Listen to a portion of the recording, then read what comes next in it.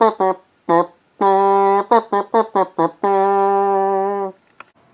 to another vlog. These are miniatures, and I'm Mort. Don't look at me, I'm irrelevant. Yeah, so since the last video, it's been quite difficult for me to find enough time to paint miniatures, let alone make a video about the miniatures I have painted.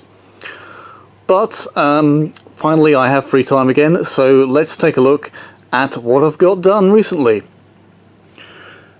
Okay, first up, here is the Kako Demon, or Horned Cackler, from Kraken Games that you saw unpainted at the end of the last video. This came out rather well, I think. Good details on there. Colour scheme is of course based on the Doom 2016 Kako Demon. Yeah, quite pleased with this one. Went for a more, like, kind of beetrooty, reddish purple tone to it, rather than the pure sort of scarlet red of my previous Kako Demons. Here's Hlekia for scale.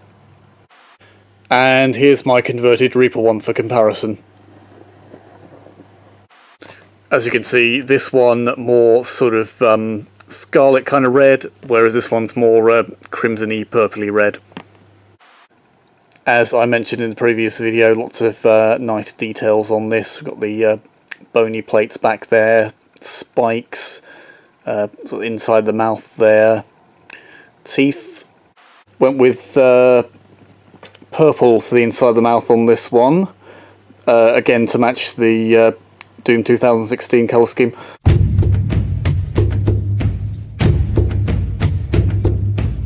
Also seen in my last video, here's my Legend of Grimrock inspired snails.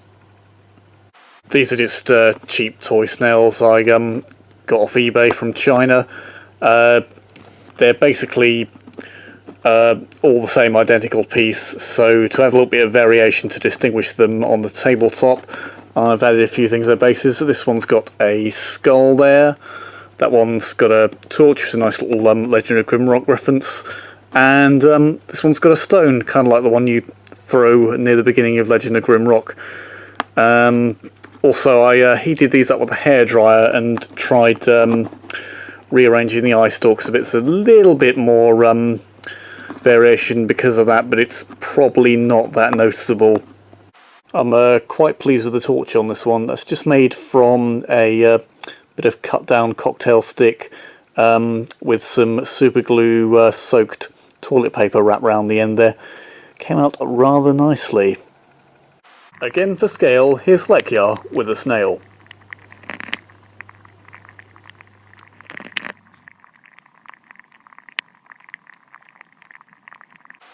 Yeah, quite pleased with these. Colour scheme is vaguely based on real life snails, although I didn't really use any reference images, and I rather exaggerated the slime by making it that sort of bright green dungeon slime I had to a lot of my terrain.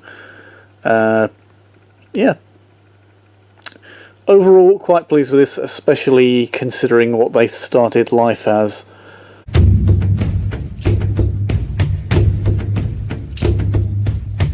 Here's a little piece I don't think I've shown before. This is a Campfire, or rather Bonfire, inspired by the Dark Souls games.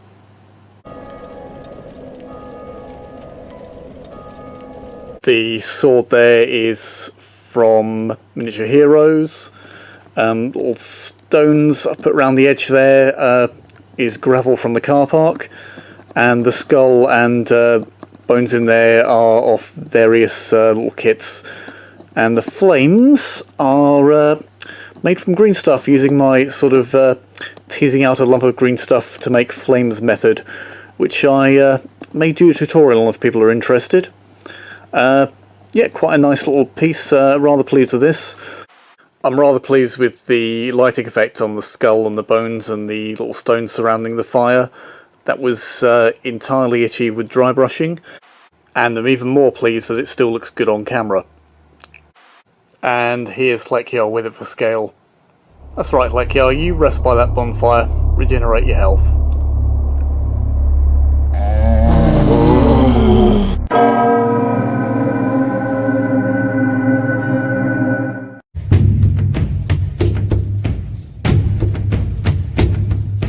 Another little piece I finished recently is this little marker which represents the huge chunk of warpstone that Trevor the Arcane acquired in a recent game.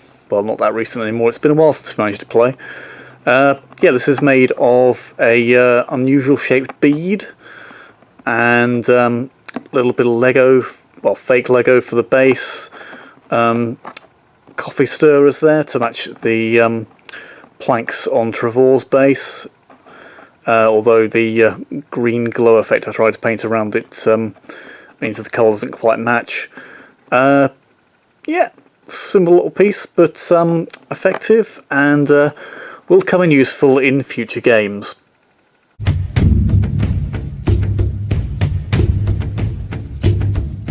Talking of warpstone and future games, here's a couple of pieces I've made for an upcoming adventure where our heroes are going to be going into the lab of a warlock engineer. So here's a kind of control panel piece.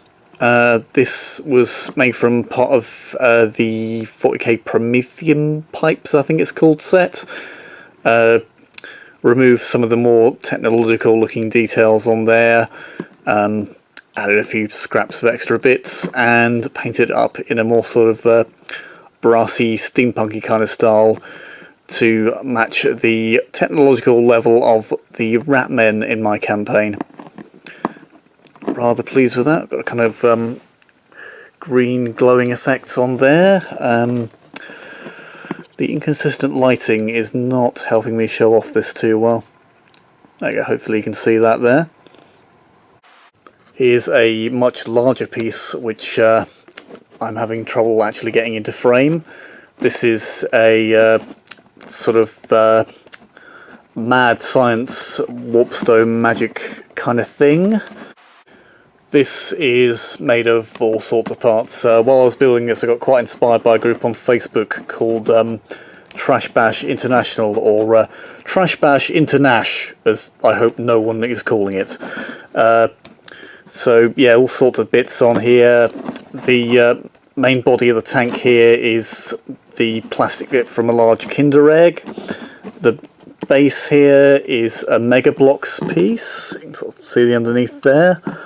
Bits of plasticard on there, pipes from a Gasworks model train set piece, gears and a bead from the hobby shop. I got wooden coffee stirrers on there. It's a bit of a HeroQuest treasure chest. More pipes and bits. I think some of this is Lego here. Bits of a broken toy in there for detailing, all sorts. More on top here. Joints are made of little shields and things. It's a bit of a portcullis there for detail on top. That, I believe, was a zip tie at one point in its life. Yeah, all sorts of bits on here. I think what I'll actually do is insert a few pictures of this before it's painted, so you can more clearly see all the different bits I've used to make this.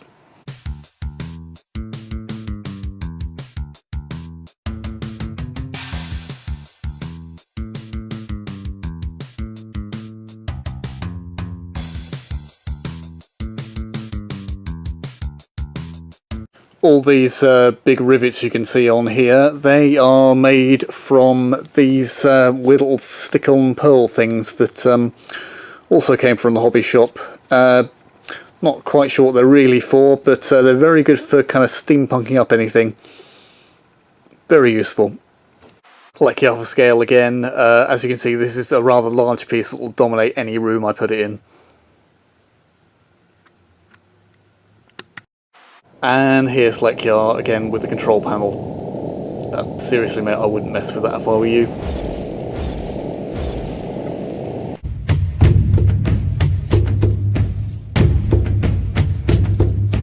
And that is about it for this vlog.